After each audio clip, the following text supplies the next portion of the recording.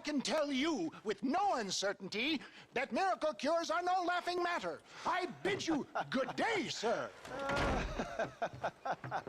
Oh, Mr. Marston, good to see you. How have you been keeping?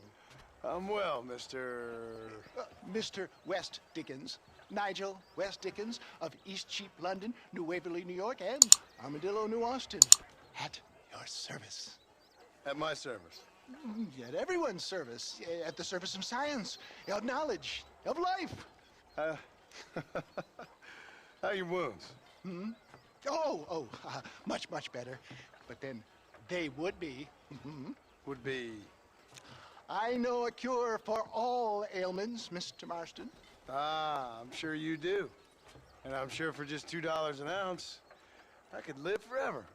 Oh, but for you, sir, I do a bulk discount rate of $1.95 an ounce. As long as you buy 100 ounces or more. That's a lot of immortality. Give it up, old man. That's Mr. West Dickens to you, boy. Give it up, old man. Listen, Marston, I'm broke, but this stuff is good. It works.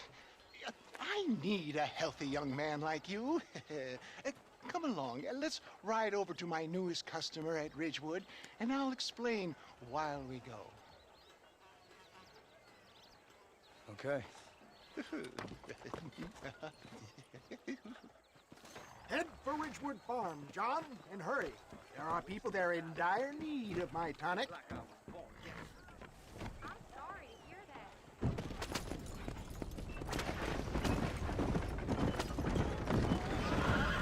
I heard about you, Mr. West Dickens.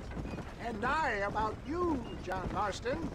Hoodwinking the weak, gullible out of their hard-earned money. My dear boy, it is you who is gullible, if I may be so bold, for heeding such ill-informed scuttlebutt. You're as full of wind as a horse with the colic. I have been blessed with the gift of language, and for that I will not apologize. But the West Dickens elixirs speak for themselves. My thousands of happy customers attest to that. Those men trying to kill you didn't look so happy. Skepticism is the bastard child of progress, John. Knowledge makes a fool into a doubting Thomas. It's the cross I bear as a pioneer in the fields of commerce and medical research. You seem to be mistaking me for an idiot. My tonic cures all known ailments, that I can guarantee you. If my tonic is such a sham, how do you explain the fine battle in which you find me? Last time you saw me, I was knocking at death's door. You should thank the doctor for that. I reckon you were acting it up worse than it was. Act I can, John. A more convincing Othello there has never been. And so shall you, a fair Iago or Cassio. I don't like the sound of this. Showmanship, John. The flourish, the bow. We are operating in a competitive marketplace. Our product must stand out. And how does this involve me? We're going to use your God-given talents to our advantage. I'm really starting to regret this. I'll drop you off at the outskirts of Ridgewood. That way, it won't look like we came together. Once I'm set up, saunter nonchalantly into the crowd that is sure to be forming. Eventually, I will call you up to try my tonic. After extolling the virtues, I will have you perform a few feats of wonder to amaze and impress the paying public. Such as? Oh, nothing out of the ordinary for a man in your line of work, I assure you. So it is all a sham. No, just a little innocent ballyhoo to grease the wheels of enterprise, that's all. Do you think that buxom young girl you see on the Voyage camera posters knows the first thing about photography? Best you alight here, dear boy, so no one sees us arriving together. See you shortly, and remember, showmanship.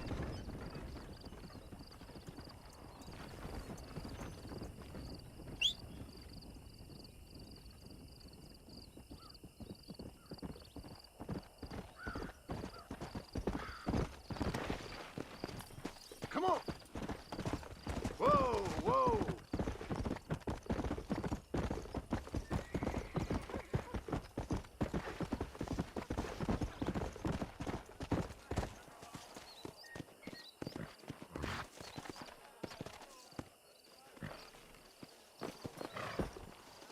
safe and infallible remedy to all types of wound, tumor, bunion, or whitlow.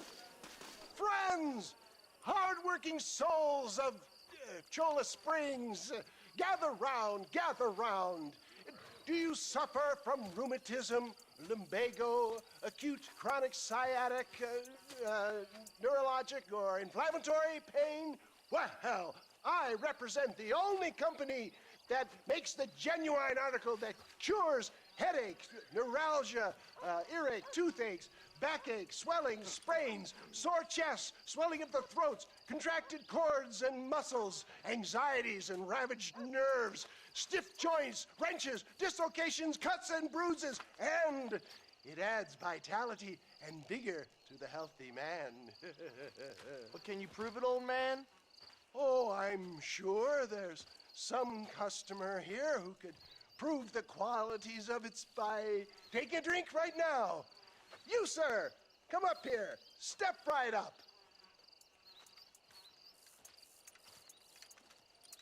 That's the spirit.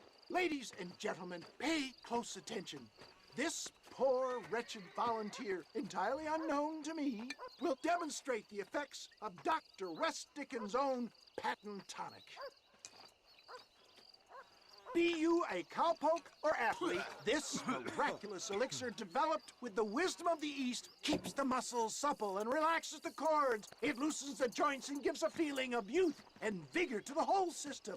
Not possible, I hear you say. Well, doubt no longer. Faith can move mountains, but I ask not for faith. I am a man of science, and today science will be vindicated. Your eyesight is greatly improved. Is that not so, friend? If you say so. That's right, it is. You heard him. What a good sport you are, sir. Now, gaze over yonder at that porch. If you squint, you may just be able to make out the skull that's hanging there. Go ahead, friend.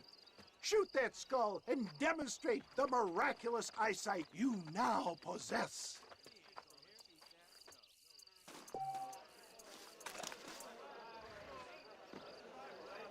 Remarkable! The eyesight of an eagle, granted by imbibing Dr. West Dickens' own patent tonic. Anybody can make that shot. This man is a fraud. If your eye's so damn sharp, why don't you try shooting my hat out of the air? My friends, our test case has been challenged to shoot a gentleman's hat out of the sky above our heads. You can fool these people, but you ain't fooling me. Right. Let's just see how sharp you is with a moving target. Get ready to shoot that hat.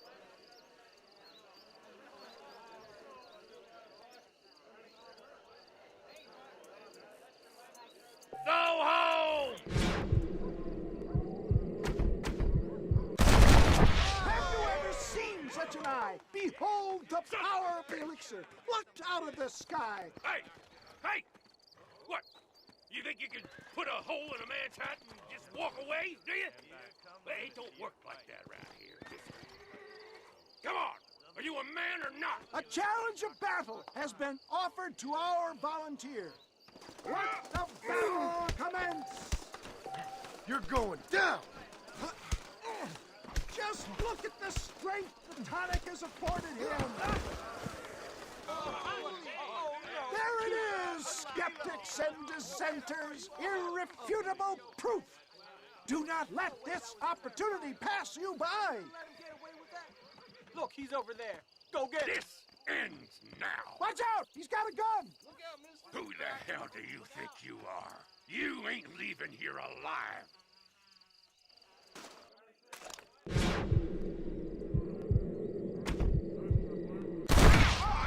Marvelous shot, dear boy.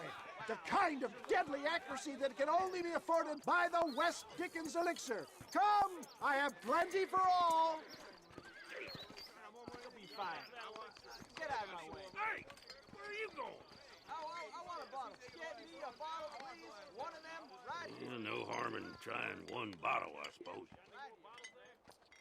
Well, I think that went kind of well, don't you?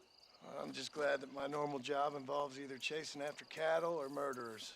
Not the likes of you, mister. Don't be like that. Now, if you'll excuse me, I'd like to say my goodbyes, head on back to the real world. Wait, sir. I've been thinking about your predicament, and I think I may have an idea. I've been thinking I could be your cunning Odysseus. Beware of the Greeks burying gifts, sir. Williamson had better beware. We will make them into Trojans. I don't rightly get you. I want you to go and see my old friend Seth.